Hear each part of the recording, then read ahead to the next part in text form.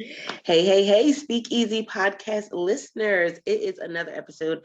Okay, so I want you to think about anytime you've done something that was against the status quo. It could be something that was making you money. It could be something that made you happy, but not necessarily other people. Uh, but it was against the status quo, and it was usually against the social norms that we think about that society has for every day. And then you may have come to a point where you said, you know what? I want to do something different. I want to change for any reason. It can be because something bad happened. It can be because something good happened. What does that look like? What does that feel like? And ultimately, when you make that change, what is it that you really need in order for you to have a successful change? And this can be for anything in life or in business. So that's why I'm excited about my guest that I have on today. Hello, Mickey. How are you? I'm just fine. It's a pleasure to be here. So this is going to be one of the conversations where I'm just like, I'm tuned all the way in because your background, everything that you've done has been wow. Yeah. Wow. When you look at it all together, yeah. So how about we start there? Tell the studio audience a little bit about yourself, and then we'll go ahead and dive into today's topic. Oh gosh, I'm like you where to begin. Mickey Royal. I'm currently an author. I've been a gangster. I've been a mob enforcer. Most of my life, I've been a pimp, pornographer of over 500 adult films, uh, drug dealer, sex trafficker, drug smuggler internationally. You name it, I've done it. Can't believe I'm still alive. From age 13 to 41, I was not the stereotype, was not the norm, but it really happened. And I really did it. So I try to dispel preconceived notions and ideas of what people have in their heads about certain things. But yeah, it was quite a ride. It's interesting too, because a lot of times when we think about the different things that you just talked about, the pimp, sex trafficking, the pornographer, all of these things, let's be honest, there is a stigma around it because we're looking at it as first and foremost, when we think about the sex trafficking and the human trafficking, for the longest time, people didn't believe that that happened here in the States, Oh gosh. Yes, right? It was like that. No, that doesn't happen here. That only happens over in other countries. And so, as people started to learn about some of these things and not realizing that this has been going on for ever. yeah. Yes, it's a rude awakening, I guess. Thank goodness for things like the internet and people are starting to share and talk more. But no, this has always been here. And it's not just that it's always been there, it's lucrative. Because let's be Very. honest, they wouldn't do it if they weren't making money from it. No, it's very lucrative. The trafficking of human beings or the selling of sex. You either can do one of two things. You can either provide a service or you can supply a product. And in countries that do not have GNPs, gross national products, they generally have underground gross national services. And that goes true for any country, that goes true for any city, state, or any group of people that ever existed. If they cannot provide product, someone will provide service. And the service that people provide is the one that's requested. So there you have it. Mother being the necessity of all inventions. I mean, what they say? No, what is the saying? Necessity is the mother of all inventions. Yes, indeed. So where there's a need, someone is always going to meet it. So true, so true. So to be able to, okay, so first of all, how did you go from one to another? Like, was it just a gradual progression as you were going from one thing to the next? Yes, starting at age 13, you become desensitized to certain. It was like a training almost. You become desensitized because early on, with extreme acts of violence without giving any details, and then you go into this, and then you go into that, and you're becoming transforming your mind and your psyche into another human being without your permission is being done. And then when I hit a certain age and I went off into what I call the sex trade, that can be from someone on the corner to magazines, Playboy magazines, and everything in between. It's like a natural progression, and it doesn't all the way go from like this to this to this to this. A lot of times all of it is going on at one time and at the same time, and you're living almost in a parallel universe, you know, the underworld slash the shadow world that exists right in front of your eyes.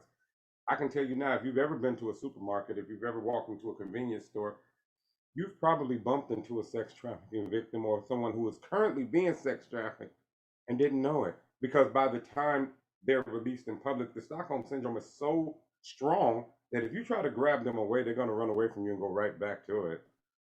I mean, because it's a mental transformation in game at that time. And when you're doing things like that, you don't realize your main victim is yourself. So as you're doing these things, it's actually being done to you, and you don't even realize it during the time. You don't. PTSD is something that soldiers have only after the war. They don't have it during Vietnam while they're shooting. This is you've made unnatural natural, and they're laughing and they're high fiving and they're taking pictures with their friends holding up enemy heads, and it's all fun till they come back home and transfer when they transition or attempt to transition back into what we call normalcy. That's when the PTSD comes in, and you have that moment where you look back and go, "What have I done?" But while you were shooting, no, you felt nothing. Nothing. You could have done it for 20 years. PTSD is after the effect. You don't feel it. You don't feel it as a child if you're being molested at the time. That's why they say, why do they wait so long to come forward about these things? They said, oh, because it was not unnatural that felt natural, tickling the innate, and you don't realize it to 30 years later, and you go, that guy made a fool out of me. That's why they come back. You don't understand what's being done to you while it's being done. So, like my uncle has pictures of him in Vietnam, and that's where I get that from. They're holding up, like remember in during the Iraq War when they're posing next to the bodies and all of that. Yes. They're smiling. Yes. It's not affecting them then. They have to come back. There has to transition, and their mind is processing what's natural, what's unnatural, what's right, what's wrong. When the conflict comes and there's like a traffic jam, that's when they go to therapy. And let's talk about that, because that's the piece that I think is going to be so powerful for the speakeasy listeners. Because for so long, it was the idea that I can't transition, I can't make the decision to do something better, or I've been doing it for so long, this is all I know. How do I do something different? So, what's that first thing that has to occur for someone that's saying, okay, I think I want to transition out of this, or I think even even if there's somebody listening into this episode and they have a family member, a friend, someone that they know, and they've been having that personal conversation where you can kind of hear when somebody's done, they're fed up, enough is enough. What's next? That's the part that's scary because sometimes it can be something that you do, and leaving that is easy. But when you do something for so long, or it touches certain receptors within you, it's not just what you do anymore, it's who you've become. So to leave something like that is leaving your identity. It's almost dying and trying to be born again into a new world that's scary, leaving a world that is familiar, no matter how traumatic that world is. Professional boxers, they get paid and they get hit in the face a lot, maybe 100 times per round. Can you imagine someone hitting you in the face 1,000 times in a 45-minute period? 1,000 times, and they get brain damage. 7 out of 10 end up with brain damage. But you know when they get depressed? When they retire. When they retire, because it's what do I do now? Like Kareem Abdul-Jabbar once said, "You've never." When they kept saying, "When are you going to quit?" And they say things like they can't quit, and they play until their 40s. They said, "You've never had 40,000 people screaming your name." He said, try going from that for 20 years to a lazy boy chair. It's not the money. Who is not so much what do I do now, is who am I now? Who am I? What am I? And that's the part that's so hard. No matter what lifestyle you're coming from, I don't care how damaging it is, and you can know it is. It can be prison. You can be in prison 15 years, and you can hate it there every 15 years. I mean, all the 15 years you can hate it. You can't wait to go home. Ask prisoners how they felt right before they were released, maybe 3 days before release. This cloud of depression comes over you, and it's like, who am I now? What do I do? Even though the place is someplace you don't like, it is familiar, which makes it comfortable. So you're going into something unfamiliar, uncomfortable, and that's the frightening part for anybody, no matter where they're coming from. Mm. Speakeasy listeners, I need y'all to just let that rest for a minute, because even when we think about it, we opened it up with the things from your specific past, but then when you just said it from the prisoner mindset, wow.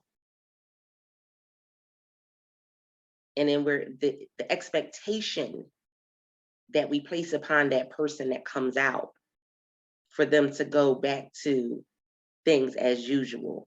Well, what does that look like? What is usual? What is normal?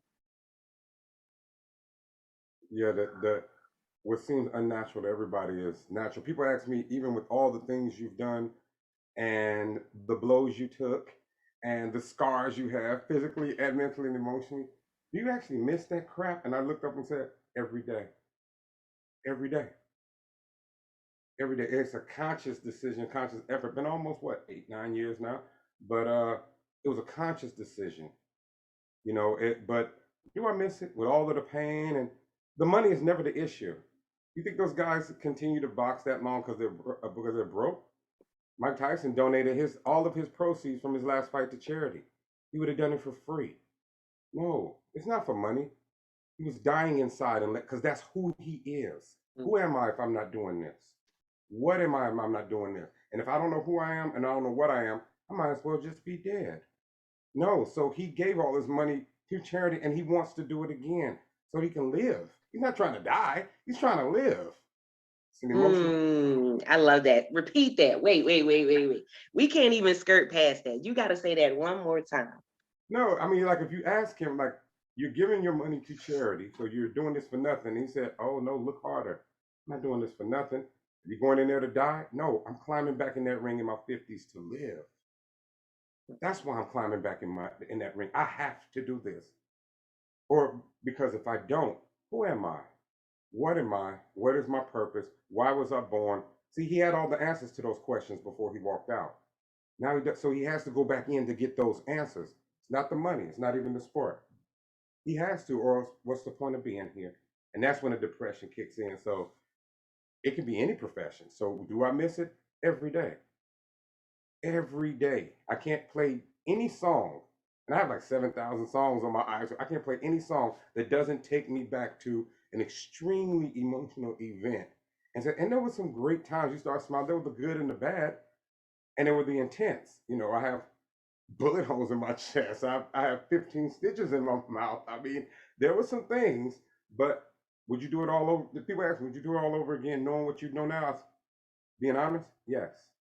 I wouldn't have been strong enough to resist the allure, knowing how it's going to end up the second time. I couldn't. It's like being addicted to drag racing, knowing it says dead end at the end of the wall. I still got to get in the car. I still got to get in the car. You're going to die if you hit that wall. I'm going to die if I don't get in the car. But it's just be slower. So it was a conscious choice. Will I? No, never. But do I? Yeah, think about it every day. And to go from that to not just, because it's one thing to come out of it, to go through your personal journey, to heal, to, get a better understanding of you. But then you took it a step further with telling your story. Because let's be honest, walking into any environment and saying, this is what I used to do. Because, everybody says, oh, what industry are you in? What do you do? That being able to tell your story is a whole nother level to it. And so, what made you say, not only am I coming out of this and making these changes, but now I'm going to go back and I'm going to make instructions for the next person? Because that's what, your book is, an instruction manual. That's pretty Yeah. much what it is. Well, just from age 13 on, and you're getting to, you're doing all of these things. You're running houses of prostitution, and you have strip clubs, and I had adult bookstores, and I looked up, and everything I was around had something to do with deviancy, and it was comfortable and it felt good. But you start to go and go and go, and I fell in love with someone. I've never been in love before. I've never slow danced with a woman before. I've never been to any kind of proms or things like that before. Never. I was a full-time criminal aristocrat, so to speak, and it wasn't half in and half out. This was 100%. And I fell in love with a woman. She was a former porn star, and I was directing one of her movies. And when the scene finished, I said, I can't do this anymore. I said, I'll still get you work if you want, and you can continue.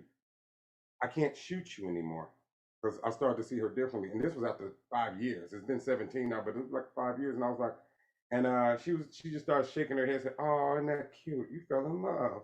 And I said, "Yeah, I don't want to do this anymore." And I said, "There's no qualm to you." And she said, "I don't want to do this anymore either." I said, she was like, "I'm just doing this because I know that's how I can be close to you." And I said, "Well, I quit." And she said, "I quit too." She said, "But if you're going to quit, you got to quit everything." And I said, "Okay." And it's just, you got to a point where you overdosed on pain. Now, the part of going back and looking at it that way, well, I had to taper down, and she and I decided to, let's get married, let's this, that, and the other. So let's be like Ozzy and Harriet. And I tried to tell her, the money is going to be quite different. She's like, "I don't care." I was like, "I really don't care either." And I've only been able to talk about this since last year, but I'm going to speed past it because it's kind of heavy. But our daughter passed away really quickly. She didn't live long, and I didn't deal with it, and I didn't talk about it. And then I caught a couple of cases after that and went away, actually trying to rescue someone from that world. And it was just like, I felt, well, she said this, like, she's deceased because that was karma for all of the things I had done since the age of 13, because it started off really violent. And she apologized later, but it was too late. It was out in the air, and I believed that, and it was just a lot on my psyche. And I was just like, I can't do the pain thing anymore. I can't inflict it in any kind of way, including collaterally. All of this is, I said, I just can't do it. It's killing me.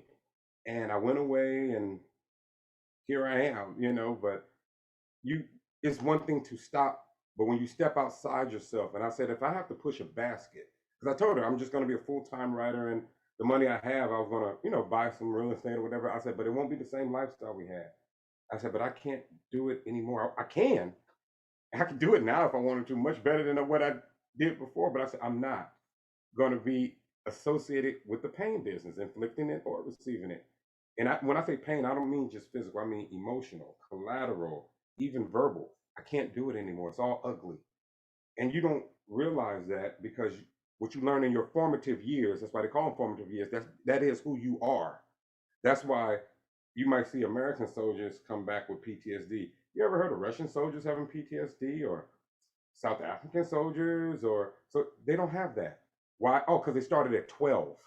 See, while their minds were formulating right and wrong, this became braided into what's right. So it doesn't bother them. They'll come over to American open businesses and just be laughing. "Yeah, I killed 200 people when I was a child soldier. Yeah, how you doing?"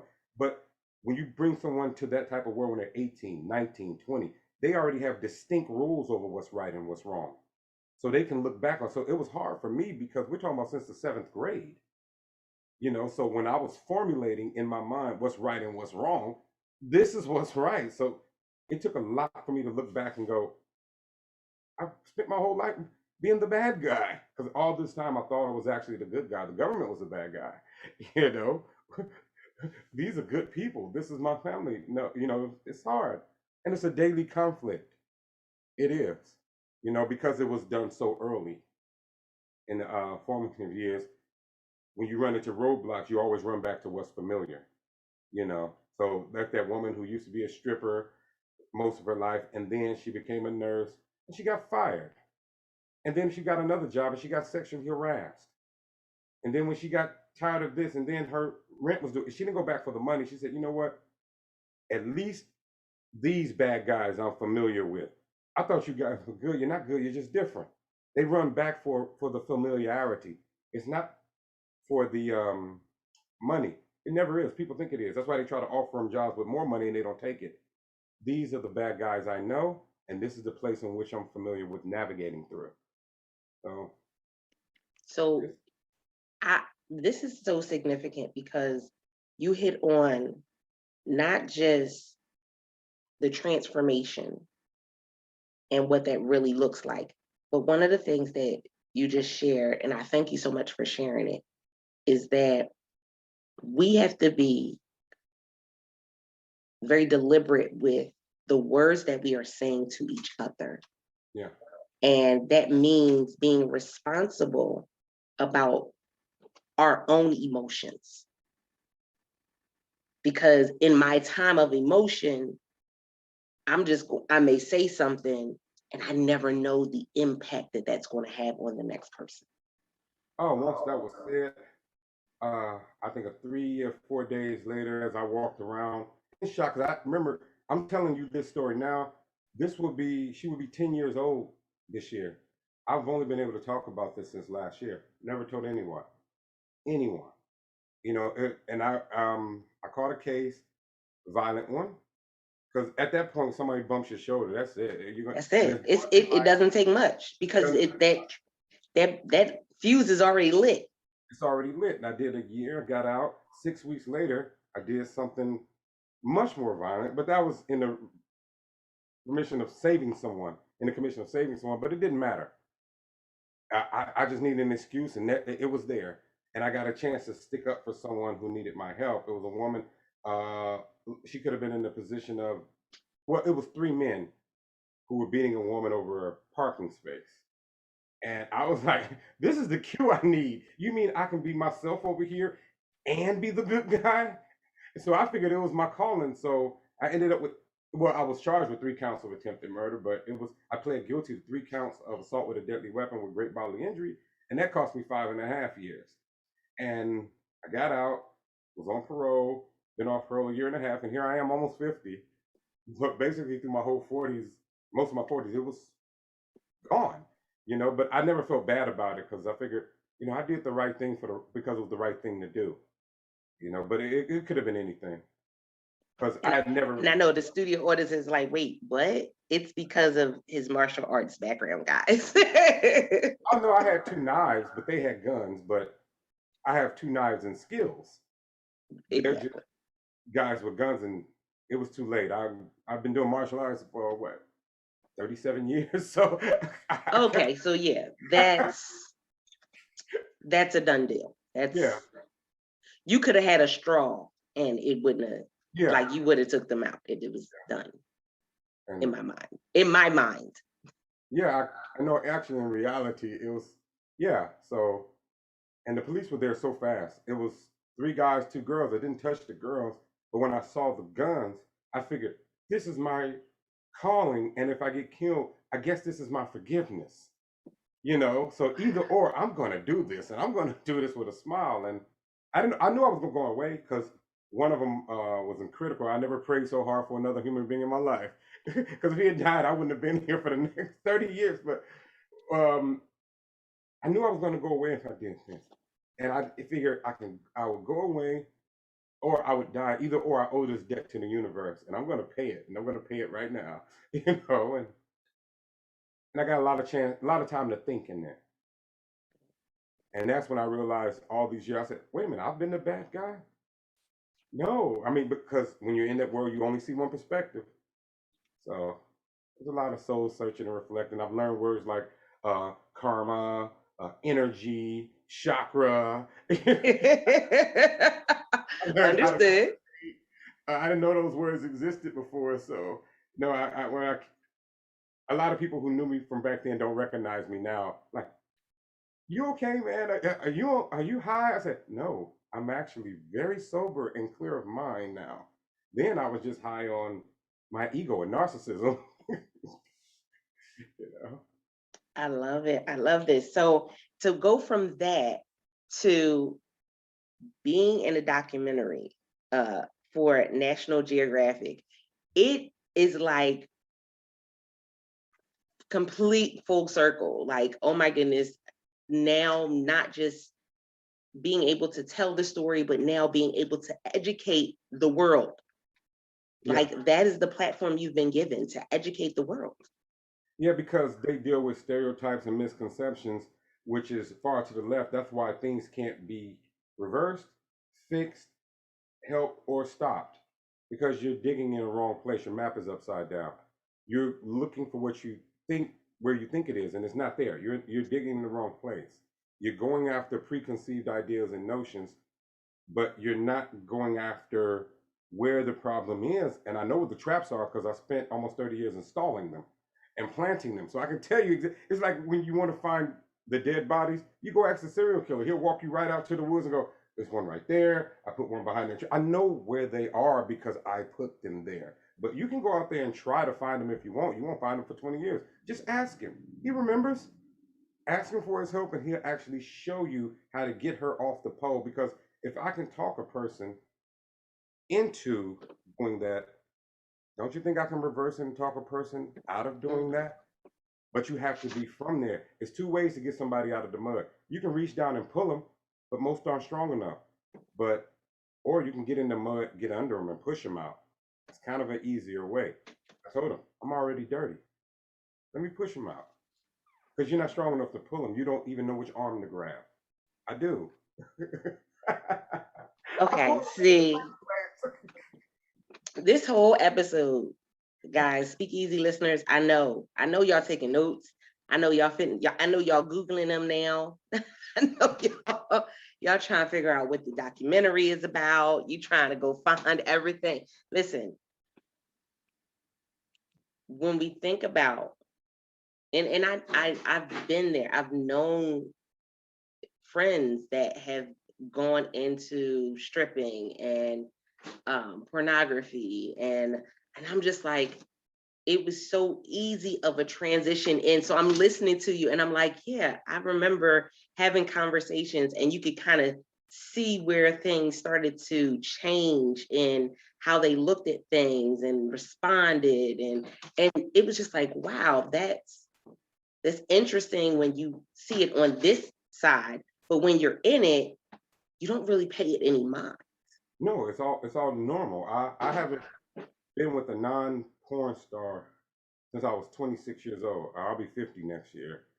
Uh, I think I've only had one, two women in my life, and I've biblically known over thousands, literally, and I'm not exaggerating that number over these years. It's only been two who weren't in the life, So if my ex-wife, I was married for about 4.5 years. She's a retired porn star. She was one when I met her. She was 12 years my senior. That was my life, dealing with people from the life because they can understand me and I can understand them. It was perfectly normal for me to be laying up watching the Brady Bunch and my wife gets up and goes to work. And I, do my thing or whatever because I was still in life. I had the swinger parties going on.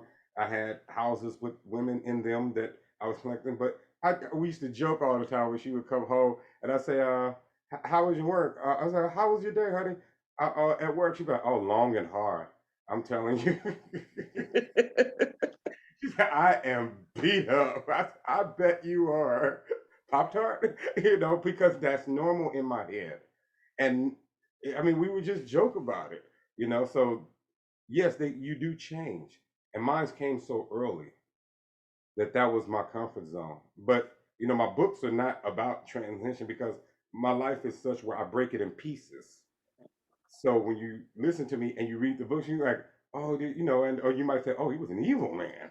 Well, it depends on what eyes you're looking at it. These are actual true stories, and one of my books, Pimp, and he's have 30 pictures.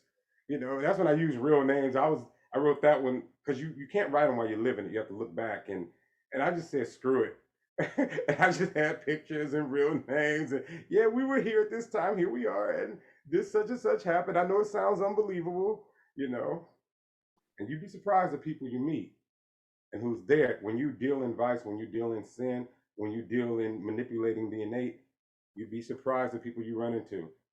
Everyone from politicians to high ranking Mhm. clergy, actors, entertainers, athletes, all of them.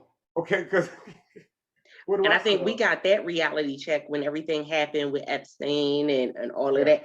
And we got that reality check, and then they started pulling names and was pulling names from other countries, and people were like, "Wait, what's going on behind the Oh scenes that no. we don't know about?" A Yeah, lot. I said in one interview when I was breaking down certain things like that, and you got to Epstein, and I don't watch television. I haven't owned a television in like 12 years, but I watch movies, my DVDs, and I go into movie dialogue, me and my brother, and we were talking, I was breaking something down thing, and I said, see, this is bigger than Nino Brown. Okay, if I'm going down, I'm taking a whole lot of people with me. I said, see, you didn't know that, did you?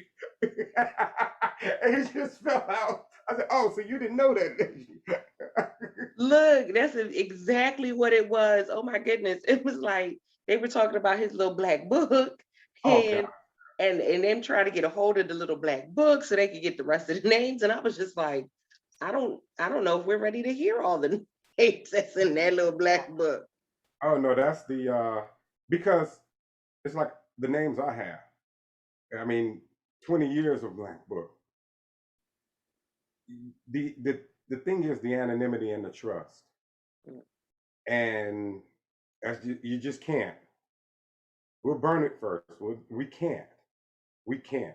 The Black Book, but uh you can't handle the truth. I mean, you really don't want to know.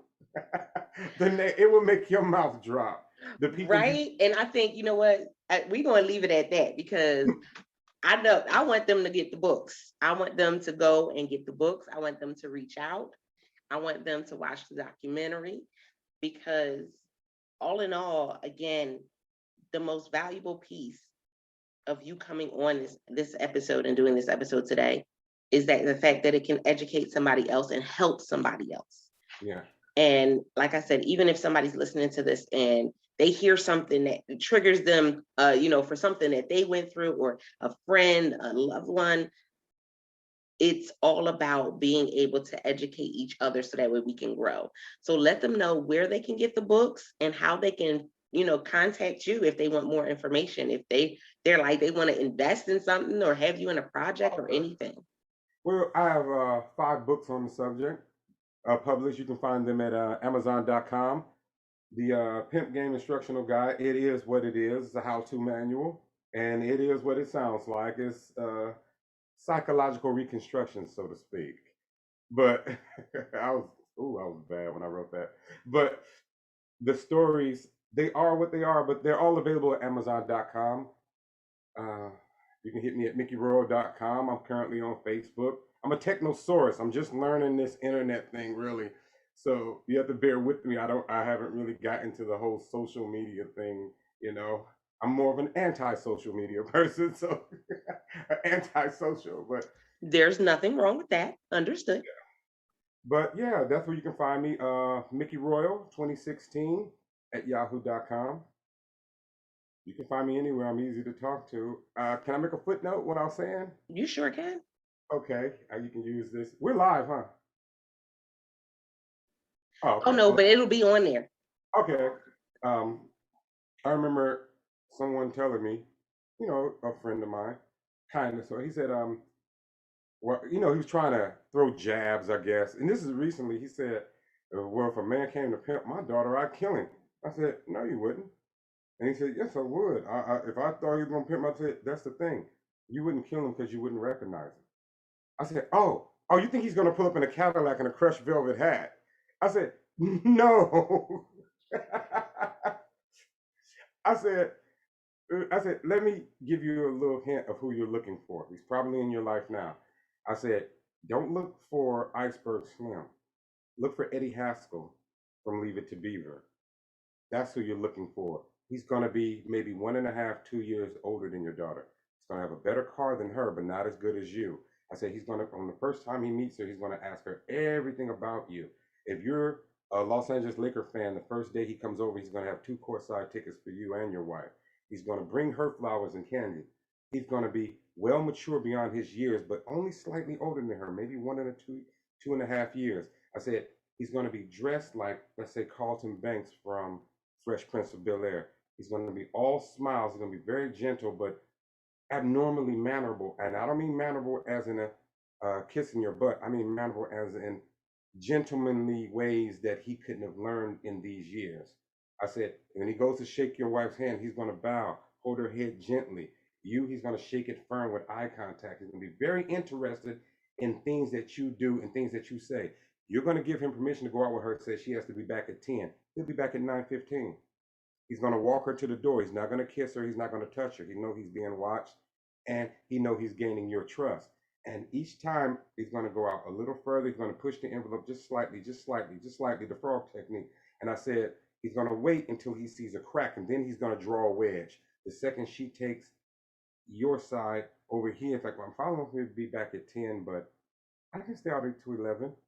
That means that she is more concerned about pleasing you than disappointing him. Once he hears that and he brings her back, he knows that there's going to be conflict, and she's going to run to him for this, that, and the other because he has basically pushed her away. I said, I don't go get these women. You guys send them to me.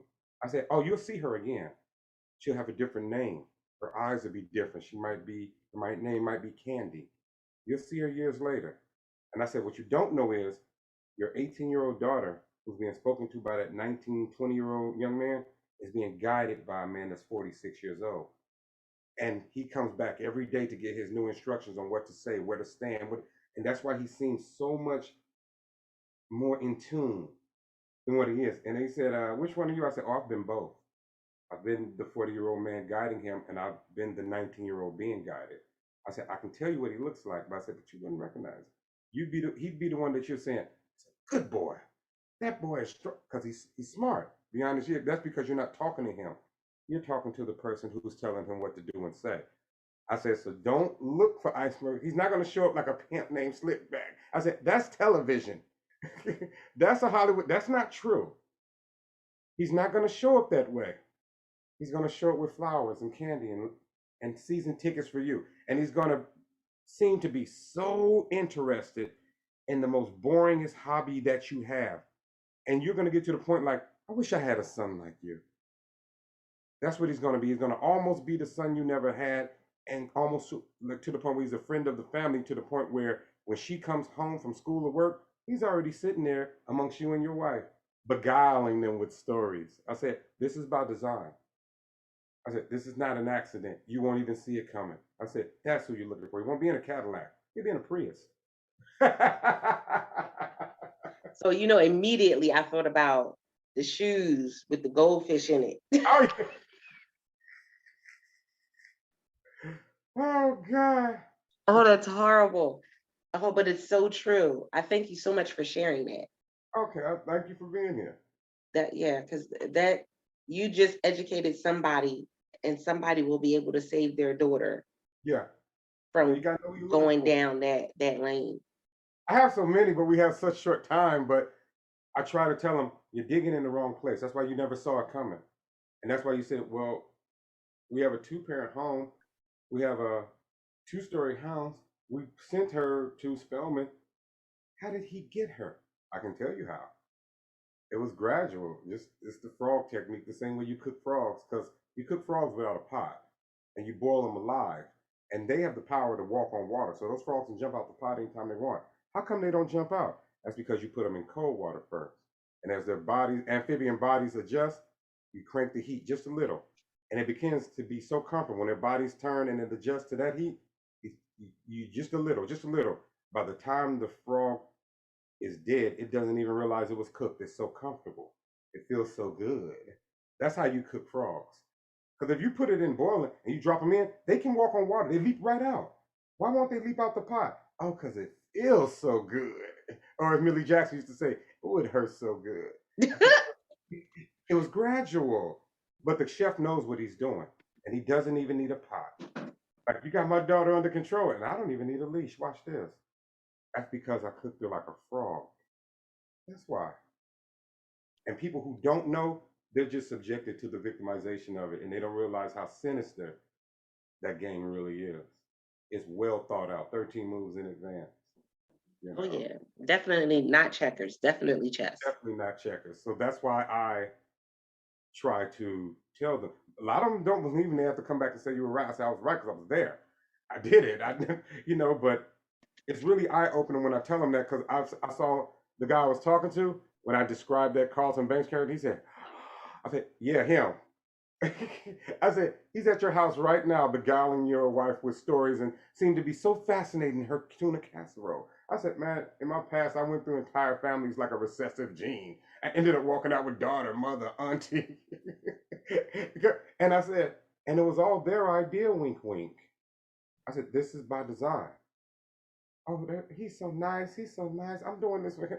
I said, by the time the frog is dead, he doesn't realize it was cooked. So it's things like that I educate them on. Whew. Oh my goodness. Speakeasy podcast listeners, I hope you took note. Save this, download it, share it. Man, just get the books. Get the books. Look up Mickey. Look him up. Follow him. Stalk him. Well, don't stalk him. Illegal way. The legal way. My ego thrives on attention, and it's very hungry since I left the life. You go from several houses, 15 women running behind you. Oh, Mickey, you're so fine. To my most exciting thing I do is every 7 days I go to Walmart and I get to push my basket and grab groceries. No, please. My ego is empty. I'm still a narcissist, even though I have it under control. So no, hit me up just to talk. I'm quite lonely. I don't live in LA anymore. That's where I was primarily, Los Angeles, Hollywood. I stay in Olympia, Washington, and there's been deer in my yard. And like I said, the most exciting thing I do is go to Walmart every 7 days. Other than that, I'm in the house writing like Johnny Depp in that Shadow movie he was in, where he was just a secret window. Yeah, that's it. Okay, you never know how loud silence is. Exactly. Very true. No. Very true. I mean, talk about anything. We can discuss your cats. I don't care. It's an extreme change. And that is extreme. That is very extreme. It snows, and like I say, I've seen 3 deer since I've been here. I've only been here slightly over a year since I got off parole, and I'm getting used to it now. I couldn't imagine going back to the big city with public transportation driving by, people walking. I live in the woods. As a reclusive writer, that's all I do. So you should see me stalling time with the checkout lady at Walmart. So, where'd you go to school? Oh, God. And I say Walmart because that's the only thing around me. I'm not. I believe it. I understand. I understand. Moving from city to a big city to little town. I've done it, so I understand completely. So I make the best of it. I enjoy fishing. They have one pool place like in downtown. I play pool every once in a while. Just something to do. Then when COVID hit, they just snatched. I said, I got one thing to do, and you take that from me. Thank you. You took that away. I can't play pool no more. Thanks a lot. This has to be on purpose. One activity in my whole life right now, you take that from. Okay. So that's why I said I'm gonna go back to writing, man. Just because you take a break. Because sometimes my stories are so intense and they're true, and I lived, and I have to go back and visit that place. I visit the good that I missed, but I visit some of the not so good, and being in my 40s and realizing you don't realize it then. So you have to, if you were a vet and you're telling old stories about Vietnam, you have to mention your buddy that you were eating lunch with, and all of a sudden his head got blown off, and you never thought about it because you blocked it out of your mind. But you have to revisit all those emotions. So when I finish those books, I have to take a break. Sometimes I don't write anything for like 2, 3 weeks. I don't go anywhere, and I don't realize it. I go in kind of a depression, and I regress, and I start watching cartoons, old cartoons like Scooby Doo and stuff, and I just sit there for a while, And when I was in prison, when I did that, and I was writing, I would write children books in between to clear my brain. Not really children's books that taught heavy lessons, just see Spot run, just to You know how wine tastes has the clearest palate with the water because it can, it takes you to a place sometimes that you don't want to revisit. But I have to do it to pull it out to give it to the readers to be fair to them. So because yeah, they it's need really it. heavy, right? A lot of those stories. I believe it. Oh my goodness. I absolutely love this episode. I love this conversation that we've had. And listen, Speakeasy Podcast listeners, it's all about you. Because again, I want you to be able to elevate in life and in business. And with that being said, let us know how this episode resonated with you by leaving us a review on your favorite podcasting platform. That part. And Yeah.